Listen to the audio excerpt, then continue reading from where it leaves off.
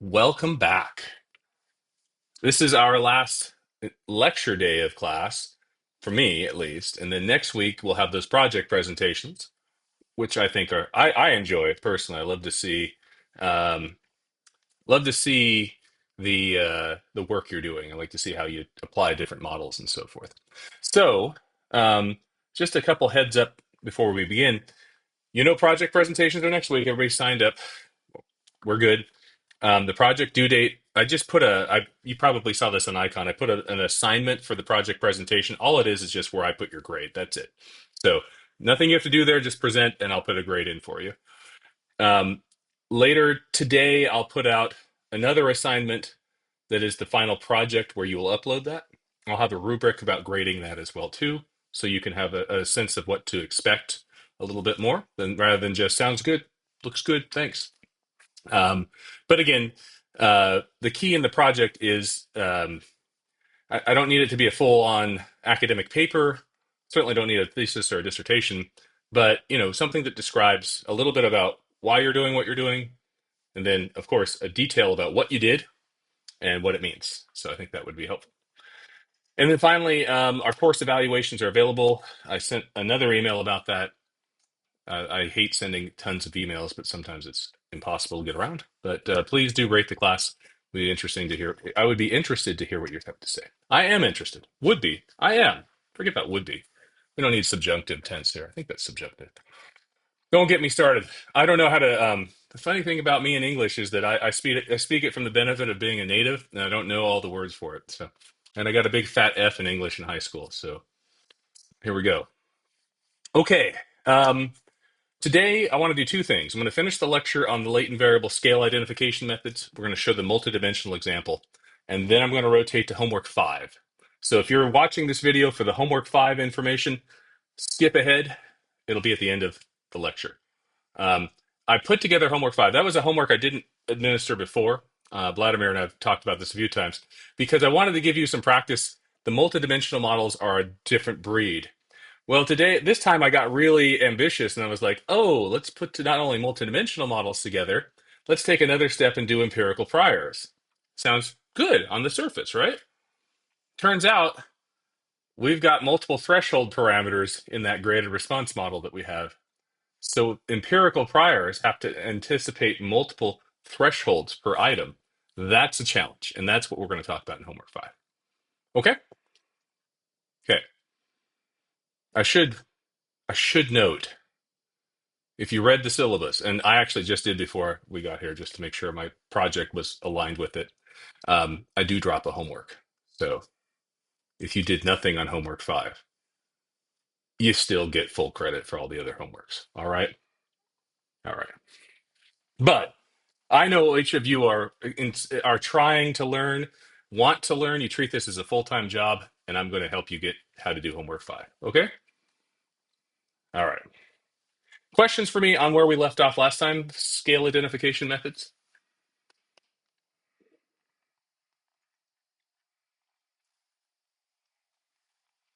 Negative. No questions. All right. Well, as you recall, last time we started talking about empirical priors. An empirical prior, anybody wanted to give me a definition of an empirical prior?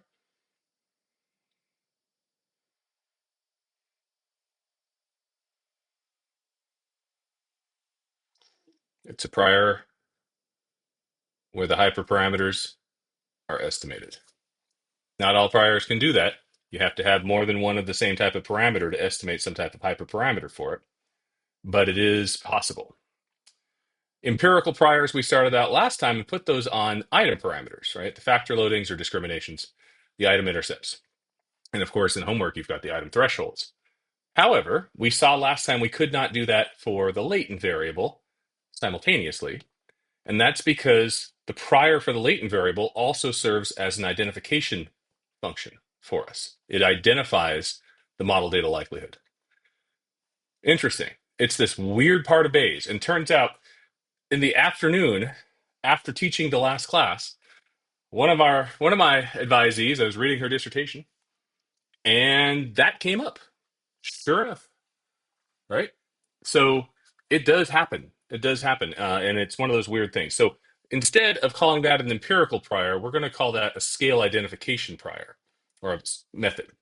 And what we talked about last time was that to identify something about the latent variable, we have to put constraints on one or more of the item parameters, right?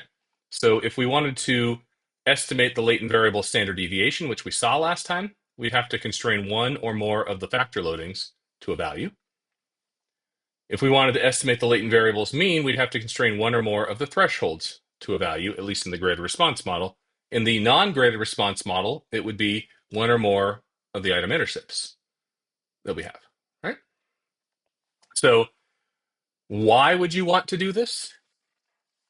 You would want to do this potentially if you're looking for differences in the latent variable across different covariates, right? Let's imagine you want to see if there's a group difference in ability, you know?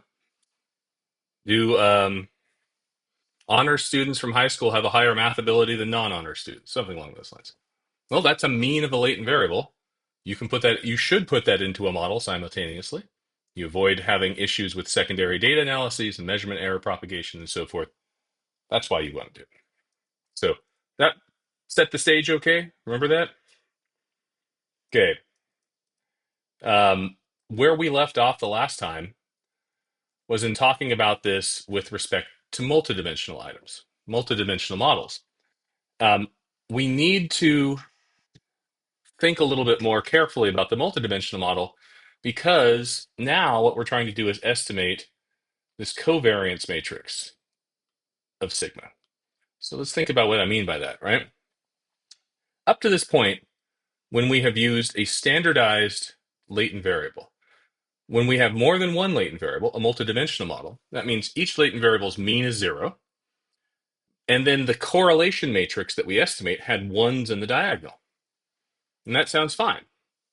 For calibration purposes, calibration meaning build a measurement model to give scores to people, that's fine, no problem. But oftentimes you may want to do things with your latent variable, so we may not want to have the variance fixed, because if you're going to predict a latent variable from other covariates, perhaps, or see if group differences in it, you'll want to that variance will shrink as you predict it, just like in a linear model, right? So what we have to do is we have to take our correlation matrix and go and estimate the diagonal elements of it, which turns it into a covariance matrix. That makes sense? So so basically, the way that we get from a correlation matrix to a covariance matrix is by taking our correlation matrix, right, and multiplying it by pre-multiplying it by a diagonal matrix of standard deviations, right? So if we have for a latent variable correlations, to turn that into covariances, a covariance is correlation times standard deviation of one variable times standard deviation of the other. So if we have a vector of standard deviations, one for each of the dimensions of theta, we take that, put it into a diagonal matrix. Remember, a diagonal matrix is a square matrix with numbers along the diagonal and zeros in the off diagonal, right? Sort of a designed specifically for this purpose. And then if we multiply our correlation matrix before and after by that diagonal matrix, it becomes a correlation matrix. So we have two sets of things that we need for the latent variables. We need correlation matrix, we need a set of standard deviations. The good news is the correlation matrix, you know how to do already, right? We saw that in, our two-dimensional model, our multidimensional model, right? We use an LKJ prior, which makes life easy, and we build the correlation. There's multiple ways of modeling a covariance matrix, though. It turns out, way back in the day, back when I started, the covariance matrix was modeled. We often used a prior for it, called an inverse Wishart prior. A Wishart distribution is like a multivariate chi-square almost. It's not exactly, but it's kind of in that line. Wishart distributions are conjugate priors for covariance matrices when the covariance matrix is part of the multivariate normal distribution. So Wishart distributions used to be really convenient. The problem with the Wishart distribution is it's really a kind of a it doesn't have a lot of specificity with the set of parameters it has. Meaning, you have to give it kind of a sort of a almost like a sums of squares and cross product matrix. It's hard to define what that means for its hyperparameter, and they have to give it a number of degrees of freedom, which sort of emphasizes it as well. What I like better is treating the correlation matrix and the set of standard deviations as separate parameters, and then combining them to get the covariance matrix.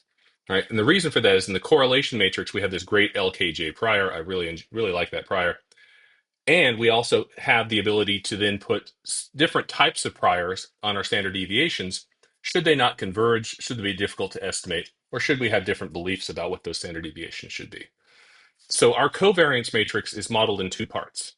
One is the correlation matrix that you're familiar with.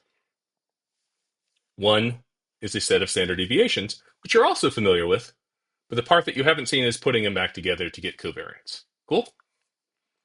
By the way, that topic is what you need in homework 5. So sprinkle that in as well too. So let's take a look at our model block here. Okay? So again, here is our data. I always start with the data. I sort of read stand code back to front. I want to see the model first because that frames everything in my mind. And then I go back and I see priors and parameters, excuse me, data, etc. So here I have our data. We have an ordered logistic, so it's a graded response model. We have a matrix of thetas times a matrix of factor loadings or discriminations plus a set of thresholds. We've seen that before. Okay, so for the loadings, lambda, the work is the same. We are here putting a prior distribution that's multivariate normal on our lambda, so that's the same as before. For when we're not using empirical priors, I should note. Okay, so this is just a standard set each hyperparameter prior on lambda. Then for the thresholds, same idea. Where did it go? Right here, right above me. Come on, template. That's multivariate normal. And then each item has a set of thresholds. So it's this weird array that we had to import, but you've seen that before as well too. And then finally, for theta, that's where the fun begins. Right? So we know in theta, previous to this, that we had our theta core L, which was our correlation matrix, lower triangle from a Cholesky decomposition, right? And it follows an LKJ prior. That was where we had before. We had that theta where we had put into theta multi-normal Cholesky, right? However, we need to make that a covariance matrix that goes into it now because we're estimating the diagonal. So here, that's where we create a new set of parameters, one standard deviation per dimension. Theta SD is what I'm calling that. Just to make things interesting, I'm going to give it a log normal prior, right? So this is not an empirical prior. Pardon me. The theta standard deviation is like an empirical prior, but it's an identification method. The log normal prior has a location in the scale. The location I have is a hyperparameter. The scale I have is a hyperparameter. And because in this example we'll have two dimensions, there'll be two scale points means and two locations, two standard deviations, right? All right, so this gives me the Cholesky decomposition of the correlation matrix. This gives me a vector of standard deviations. Now remember, to get a covariance matrix, I have to pre-multiply and post-multiply the correlation matrix by a vector of standard deviations. Well, it turns out, because we're working with just the lower triangle, all we have to do is the pre-multiply side. Because in this multi-normal Cholesky prior or distribution that Stan uses, it just wants the lower triangle, and it uses it to go calculate all the terms needed for the inverse covariance matrix and the determinant of it. So we just need that lower triangle. That means we just need the pre-multiplication. So the step, Stan has a built-in function for it because Stan is nice. It's called diag pre-multiply. Truth in advertising. It takes a vector, puts it into a diagonal matrix, and pre-multiplies the latter term by that diagonal vector matrix created from the vector. So it does it all for us. We just have to define theta cov L as being diag pre-multiply. So that's our covariance matrix of theta right there, the lower triangle of the Cholesky decomposition, right? So two extra steps. Estimate some standard deviations, combine them with our covariance matrix. Questions on any of this? All right. Next, our parameters block look a little bit different. Here we have to define, we did define our correlation matrix lower Cholesky factor correlation. So that's a parameter. We do need a vector of standard deviations. That's what's showing here. And then in transform parameters, we have a little bit more. Actually, this is the same as we saw before, except remember, we have to have a marker item for each dimension now. With a marker item in each dimension, what I did was build syntax to define what that marker item was. So, would you like me to go through my syntax? Right. So you give my code a Q matrix. Q matrix, it determines the number of loadings. By the way, that's going to change for homework because I didn't anticipate cross loadings in this code, so you're going to have to import that, but I'll show that in just a bit. So we got our number of loadings. This part tells me how many loadings we have. So we need to know how many loadings we have, and then we need to know which loadings to turn off, basically to set to a value. So now I'm looping through every item and every dimension, every latent variable, right? So that's our Q matrix. Items are rows, latent variables are the columns. And I'm saying if the Q matrix is a 1, I know that there's a loading there. So I note its location. It's on item, basically this loading goes to this item and this specific factor. That's what this is doing. Then, if I assigned a marker item yet, right? What I do is I tell it, uh, this is a marker item, and this second part is not estimated. That's telling it not estimated. Right? So this tells it which item is a marker item, right? So what ends up happening is marker item factor is initialized to a value that happens to be 0. And when we get into that factor, if the first item, when we get to that first item that has a loading on it, this if statement says, hey, wait, we haven't had a marker item yet. It goes and assigns that first item in that factor to be the marker item, fixes its loading to 1. Right?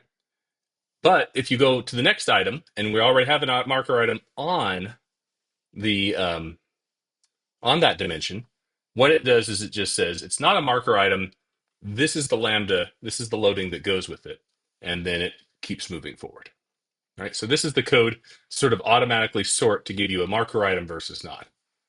And you know what? This took a while to build, but I built this because I care about you. All right. I mean that.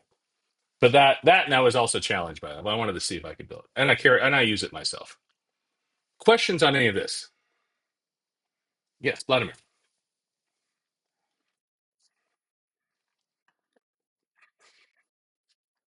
Yes.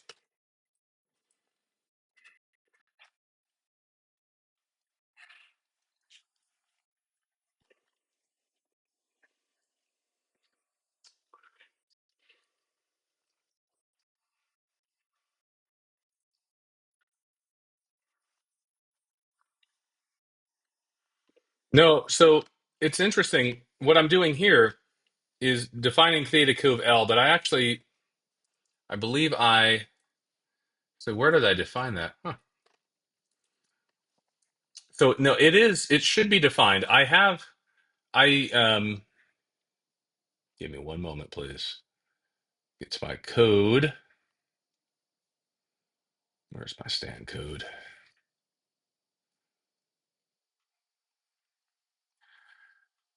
What I'm looking for is where I define it. So here's theta curve L. There it is. That's what I'm looking for. So Vladimir, I define it in the model block itself, mainly because to do an operation where you define it as an equal sign, it cannot easily be a parameter. If a parameter is there, you list it under the parameters section, it's going to want a distribution or something that goes with it. So you have to list it either in the model block right here and build this, or in the transform parameters block itself. So that's where the issue shows up. Does that answer your question? Yeah, thank you. It's one of the nuances of Stan. Probably, you know how it works in coding, right? You get something that runs and you try to figure out why it's running.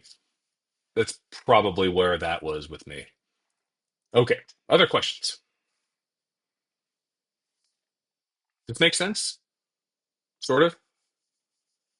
Are you going to challenge yourself to build code like this yourself?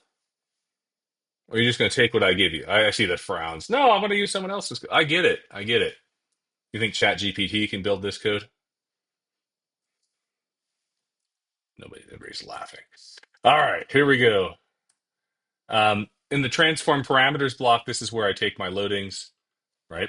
And I distribute them to my lambda matrix. But here, I have some code to say if it was a marker item, this loading location third column would be a 1. So for marker items, it just gives a value of 1. For non-marker items, it gives the loading parameter itself. So it's building this matrix where a 1 shows up on the first loading for each dimension. And then we have our theta matrix, which we then multiply it together with. Cool? All right. Then in generated quantities, why do we use generated quantities? Because Cholesky decompositions, the lower triangular elements are impossible to determine, like just very, sorry, not impossible, very difficult to understand and to interpret. So we're going to put them back into correlations, covariances. So here we saw before the theta correlation where we take our Cholesky lower triangle and multiply it with its self-transpose. That's what this function does. Lower times lower transpose gives us the full matrix back. Right? We also build our covariance matrix first by doing our diagonal pre-multiplication. Right? That gives us the lower triangle of the covariance matrix. But then we have to do the same multiply lower try self-transpose. Take that covariance matrix lower triangular and turn it into the full covariance matrix here. Okay? A lot of words today about this. I feel like this is difficult. Do you feel this is difficult? What's the level of difficulty here?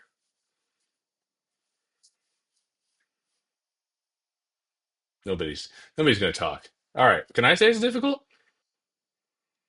Nobody. I don't want to put you on the spot. Last thing you want to do is in front of everybody. I remember being in grad school, raising my hand. Yeah, I'm the idiot that thinks it's difficult, right? You're not. None of you are idiots, and all of you are trying to learn. I don't think anyone's dumb at all. Intelligence is multidimensional anyway, right? But that being said, I can understand why you don't want to answer that question. All right, data block. What the heck is this formatting right here? My goodness. Here we have the hyperparameters. We needed to have, right, for our location, theta scale, location, and theta scale, we needed those hyperparameters themselves. The mean lambda, we just fix it 0 here. Here's our R data list. And then finally, it ran. You'll see convergence was suspect. It's not, I mean, I think we would have pretty good evidence this is converged. But 1.05 is not what we've been seeing in all our other models, right? We normally see 1.01, 1.02. But I will point out that this was the example where we had the correlation parameter that was close to 1. So we had really hard convergence. So this is along the lines.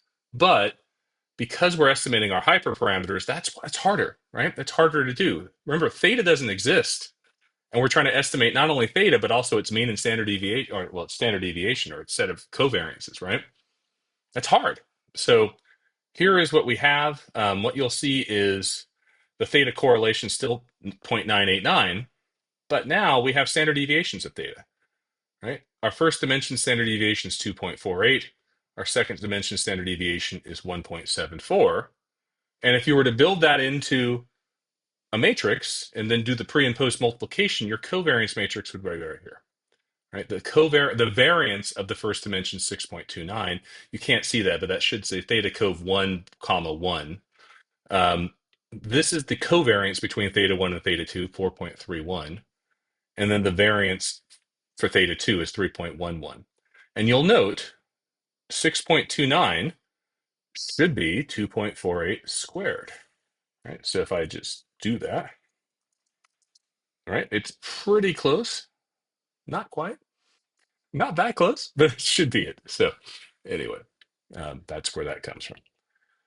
You'll also note that in our lambda matrix, we have a one. We have certain lambdas that are fixed, right? Fixed values, right? So one right here, that's our marker item for first dimension. This is our marker item for the second dimension, and our lambdas now are estimated. But now note, the lambdas themselves are a little bit bigger. Why are they bigger?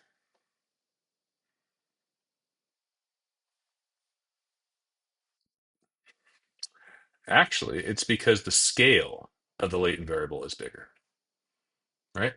Remember, lambdas are units of y per units of x. Here, our units of x now have become larger, right? So for us to get the same ratio of units to y to units of x, the numerator has to become larger as well too, and that's why the lambda scale has changed. So that is something to note. So think of it this way, right? My lambda prior that I used for this was very diffuse, right? Mean of zero, variance of 1,000, standard deviation 32, right? If I estimate this model and use this prior, and then Vladimir estimates this model and uses this prior, I estimate the marker item version, right? Where my lambdas are a bit bigger, and Vladimir estimates the standardized factor version where lambdas are smaller, but we both use the same prior. That could potentially lead to problems if we're not careful, because the scale has changed, right? So we have to remember that every time we make one change to one set of parameters, we may have downstream consequences if our priors are not fairly uninformative. Now, this is a really uninformative prior. It's basically saying that our factor loading should be somewhere around, if we take this to be, 33 standard deviation. So 3 times 33 is 99. So somewhere between negative 100 and positive 100 our lambdas should be, is what it's saying. We're probably going to have a similarly diffuse or uninformative prior for either way that we're doing this. But where it does make a difference is if this was a one, now we'd have a very informative prior, and it would be much more informative in the case where we have the marker items because the marker item lambdas are larger. So those are going to get pushed down further. So you can see this interplay about building a Bayesian model and the care that you need to have in thinking of priors when you move things around. Part of the reason why, for a lot of what I do, I don't use very informative priors unless I have to. And when I have to, it's usually for estimation reasons. Okay, what do you think? What a way to end my lectures this semester. Is this a high note? I don't know, maybe a low note. Complicated note, but there you have it. Want to talk about homework five? Oh, there's my wrapping up. There we go. Homework five. Shall we? Okay. I'm going to switch over to Visual Studio Code for a bit here. I built some homework, solutions and so forth, but Visual Studio Code I'm going to use because it does syntax highlighting for Stan, and I just want to show you that syntax real quick. What I find in when I'm using RStudio and I get really long Stan files that I'm trying to build and debug as I go forward. It takes me, I hate scrolling back up, fixing a stand file, scrolling back down, running some code, scrolling back up. Visual Studio Code is great because I can simply go, oh, I'll split that to the right. And then I have two coding windows of the same object as well. But I digress. The homework itself asked you to look at these gambling data that I talked about last time. There are 24 items from an instrument that tried to assess pathological gambling, created in a lab I was in a long time ago. Now, what we're doing here, you know how to do it. I'm not even going to show you the single factor model. You probably know how to do that by now. We've had homeworks and stuff like that for weeks. That's your project. Probably doing that. Where things get interesting is the multidimensional model. And of course, I have the old homework file here. The multidimensional model, well, you know what? We're just going to have to go with it. The multidimensional model right here, the first step is to use a two-factor greater response model. And then model three, which is not listed here, but it should be, is to put empirical priors on the loadings and the intercepts or thresholds, right? So here is what we're going to do. Let's take a look at our multidimensional model. Right? I want to thank Vladimir for starting this syntax. Thank you, Vladimir. Acknowledge work where we can. We're going to have our Q matrix, and here is our multidimensional model, and I have that in Stan right here. Right? So our multidimensional model is not using marker items. However, because the Q matrix has more than has cross loadings, meaning an items that have more than one lambda on each factor, my code to detect how many loadings they have won't work because I needed to know how many lambdas we have coming in to be able to set a prior for them. So in that sense, when I'm setting a prior on each of my lambdas, I have to tell, I can't, when I have more than one lambda per item, I'm going to have to tell it the number of lambdas I have. So what I do here is I just create that as a variable that I'm going to import into data called number of loadings. And then my transform data sorts through the Q matrix to figure out which loading goes into which item for how we do. So that code, really all I've done is just taken off the count of the loadings in the Q matrix at the beginning of this. Okay? Now I will note in the empirical prior section, because you're not specifying a prior hyperparameters for each lambda, you could use the previous code, although I didn't keep it. Okay? I still don't think I did. Excuse me. Okay, so that's our multidimensional start. Here I'm modeling just the correlation matrix, again, not using marker items, not using empirical priors. And so our model itself is ordered logistic. We have our theta matrix, we have our lambda matrix. This is almost verbatim from my code for multidimensional. And then we take our correlation matrix, which is a Cholesky lower triangle, and we put it back together here. And of course, I have code for PPMC and leave one out, diagnostics as well too, model fit. So it's a really long stand file. Any questions on any of that going forward? Is this fairly understandable?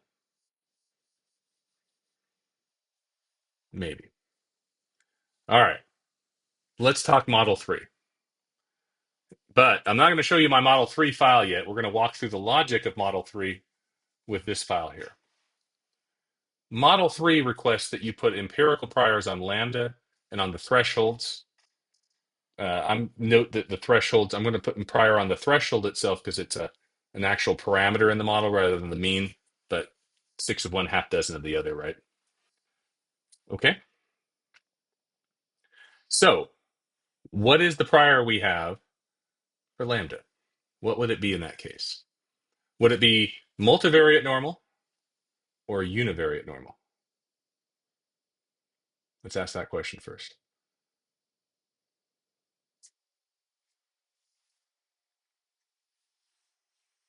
Univariate normal. Yes, good answer.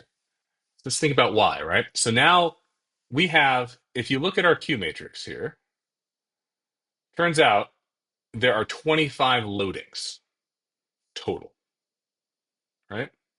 And the way that this model works without the empirical prior, that means we need 25 sets of hyperparameters, right? A mean and a standard deviation hyperparameter for each, right? When we go and estimate, though, when we turn this to an empirical prior, what we're trying to get at from lambda is not, we don't set its own set of hyperparameters. All the lambdas, all 25 lambdas, have a common mean, right? And all 25 lambdas will have a common standard deviation. And that mean, that common mean and that common standard deviation will be our empirical prior, our hyperparameters that are being estimated. So what I need to do is turn lambda, because we're treating lambda, each lambda as its own one entry. I can use a univariate normal prior distribution for it. Now, you might be thinking to yourself, wait a minute. Why is multivariate normal here, but univariates elsewhere, even though in multivariate normal I gave everybody the same mean and variance? It's because there is, a series of independent univariate normals sort of is a multivariate normal with a covariance matrix with zeros in the off diagonal. So there would be a way that we could specify it as multinormal still, but we'd have to replicate our estimated mean in every possible location for it. So it gets a little cumbersome. So instead of that, we just say each individual lambda has the same normal prior with a common mean and the common standard deviation. Okay? So what happens here, and I'll go with my code here. Put that one there, put this one here. Okay, so model 3 is where oh, I did count the loadings here. Go figure. Anyway, I did model 3 before I did model 2, and of course, forgot. Um, in model 3, here's my lambda now. I call it normal. I'm estimating a mean. I'm estimating a standard deviation. Right? However, now, because I'm estimating a mean and I'm estimating a standard deviation, these are model parameters, right? So they have to show up in parameters, mean lambda, standard deviation, lambda, standard deviation. And I'm going to give each of those a prior distribution, right? So we have this hierarchical Bayesian approach, right? The prior for the mean will be normal. And because there's only one mean, it is univariate normal. So I have to give it a hyperparameter for the mean of the prior distribution of the mean of lambda, and a hyperparameter for the standard deviation of the mean for the mean of lambda. And then lambda SD is exponential. I'll just use an exponential distribution. And because there's only one of them, I have to give it a hyperparameter for the rate. Does that make sense? Okay. So that's the part that was straightforward from the lecture before. The part that's not straightforward is what happens when we get to the thresholds. As you recall, these data are 6-category Likert items. That means we'll have 5 thresholds we're estimating per item, right? So think of what I'm talking about and the difference. When I talked about putting an empirical prior on lambda, I told you we have 25 lambdas. All of them are going to share a common mean. All of them are going to share a common standard deviation. Now, I could do that with the thresholds, but that's not really a wise idea because each threshold represents a very specific category cut point, right? And none of the thresholds will have the same value. In fact, if you take an item and you put all the thresholds equal, you lose all the categories in between the lower and the upper value. So I can't easily set a uniform mean on thresholds across all the thresholds. But what I can do is estimate a series of means, right? If we have 5 thresholds per item and we have 24 items, you can think of a matrix of thresholds as having 24 items in the rows, five thresholds in the columns. And each one of those rows could follow a multivariate normal distribution, right? Because in a multivariate normal distribution, you take one of those rows with 5 entries, we say that has 5 different means, and then a covariance matrix as well that's 5 by 5, right? So what I need to estimate is not a common mean for all the thresholds. I need to estimate a mean for each one of the thresholds, each one of the 5. So I need to estimate 5 means, and that's where the complication comes. So we flip to multivariate normal, and you just saw in lecture how to do this, but I'm going to put it in the homework here. All right. We know a multivariate normal for 5 dimensions has a 5-dimensional mean vector. That's this mean THR. And mean THR, I will give a normal prior where I submit hyperparameters for each of my mean thresholds. So here, mean threshold will have 5 values. There'll be 5 means I'm giving it and 5 standard deviations. Those are our hyperparameters. Excuse me. This is really where the cough comes out. Is talking about Cholesky and so forth, right? All right. So that's our mean threshold right there. Then the mean vector is taken care of. What do we do about the other part? Well, you'll see here it's a covariance matrix. Why do I use a covariance matrix here and not a correlation matrix?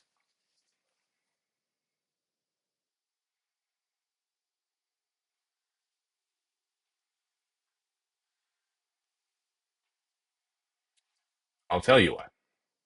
Because remember, think of our 5 by 25 or 24 by 5 matrix of these thresholds, right? If that was that's our data basically that we're trying to summarize here. Do you think that all the thresholds should have a variance of 1? You think they will? Why would they? There's no telling what the variance might be. It might be smaller than 1, it might be bigger than 1. But if I use a correlation matrix, I'm setting a hyperparameter for each one of these such that the variance of each is 1. And that's not an empirical prior. I fixed that. So instead of using a correlation matrix here, because these numbers can be take any value, I need to estimate the standard deviation for each. I need to estimate the diagonal of that covariance matrix. So that's the process that I have to build. So here, this covariance matrix of our thresholds will be 5 by 5, right? That 5 by 5 covariance matrix. Then we go through the same process of modeling it that I just described. Number one, we start with the correlation matrix, right? Using a LKJ prior with a hyperparameter of 1. Then we estimate a set of, why is this not what I had said before? Excuse me, this is, what did I do? Getting into file hell here. Anyway, so backing up. I fixed this and then it's now broken again because I saved it in the wrong spot. Anyway, close enough. We'll just go with it here. We have our LKJ prior here, right here. That gives us our lower triangle of the covariance correlation matrix. We have a set of standard deviations, each with a rate hyperparameter. And then we pre-multiply our correlation matrix by our diagonal of the standard deviation. That gives us our lower triangular of the covariance matrix. And there you have it. That's how it works. What do you think? So, turns out this homework will challenge you. I hope you're up to the challenge. I'd like to see that you're up to the challenge. But any questions on anything that I've done here? Yeah, Vladimir.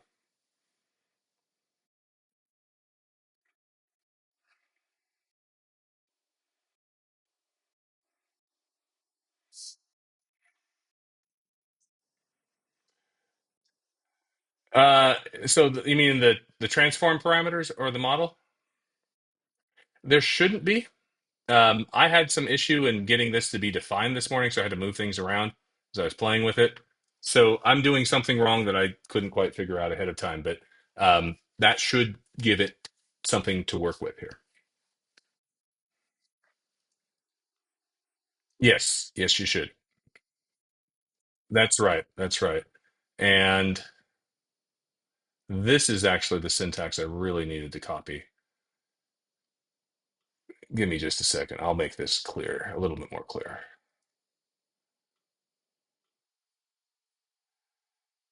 I think I sent you the wrong syntax also, Vladimir. There we go. All right. So here I'm defining. Nope, that's not it either. What did I just do? All right. Nope. Never mind. Okay. I swear I had changed some files and now I don't have them. So I'll come back to that later. All right. Questions on any of this other than that? Yeah.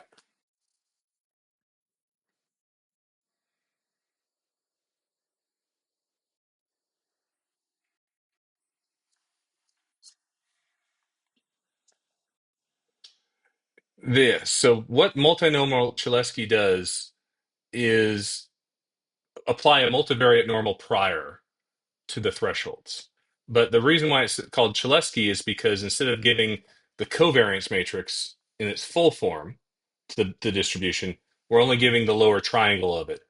It's the same distribution. It's this as multivariate normal.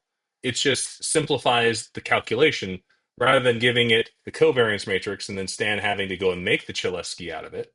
We've just saved everything in the Cholesky and keep from having to do multiple multiplication steps that cause rounding error, potentially. Numerical instability could happen.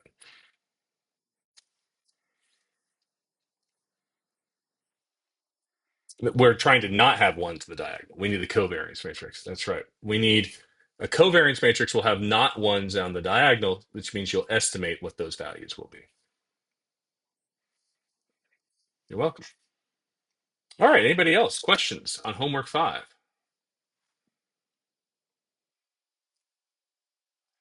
No.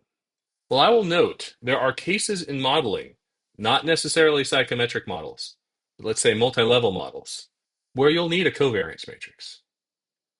This same process I'm showing here, starting with correlation, estimating standard deviation, and putting them together to covariance, will be what you do as well too for random effects, for residual if you have a multivariate like a MANOVA where you need an R matrix, sometimes we call that an R matrix, you can estimate it that way too in this same way. Right? So this process of estimating covariance matrices is a hallmark of Bayesian statistics. It's kind of for me, it's one of the higher degrees of difficulties of what we do because the covariance matrix has so many moving parts, but it shows up so frequently that this is the code that you're going to have to get used to for it. Of course, I put that at the end of class, but once you start thinking about it this way, it'll start helping you in what you do. Questions? Any other questions that you have? On homework? No questions. Questions on class? Questions on life? Trivia questions? Anybody want to see my face when it's cold outside? Like some of you, I come from a warm weather climate. Maybe not as warm as where Erica comes from, but I come from Northern California. And so by definition, if it snows anywhere, it's too cold to live. And then it didn't really snow yesterday, but it was still too cold to live, it seemed like. Well, good thing. Hopefully you all are staying warm. Live questions, questions on class, anything I can show. Anything else you want to talk about before we end lecture today? We may just end early. I just kissed. It was the kiss of death when I say that, right? First of all, you don't want to be like, "Hey, how many of you thinks this is hard?" Of course, I understand why you wouldn't want to answer that question. And now I'm like, "Oh, we could." You want to ask a question or want to end early? You don't want to be the person that's like, "Let me end early." But no, I'll say this: anybody who wants to go can go. Anybody who wants to stay and ask questions, you're welcome to stay. You know, there's no punishment for leaving or going or whatever. I don't do that. We're all grown ups here. All right, but I don't see anything. So on that note, I'm going to end. I want to thank you for listening to me and my blathering on about Bayes all semester. I hope you learned something. I hope that when you get to a spot where you might need to use Bayes, either because a model's super big, super complicated, or not working in other methods, that you have at least a fighting chance to get started and you know where to find me if you want some advice. Sound good? All right. Vladimir, you have office hours tomorrow. And I will say that for next week, I'll still have office hours on my normal times as well too. But next week on Tuesday, we'll start with our project presentations. Okay? All right, everybody. Thank you for coming. Have a great morning. Stay warm. And we'll see you next week. Take care.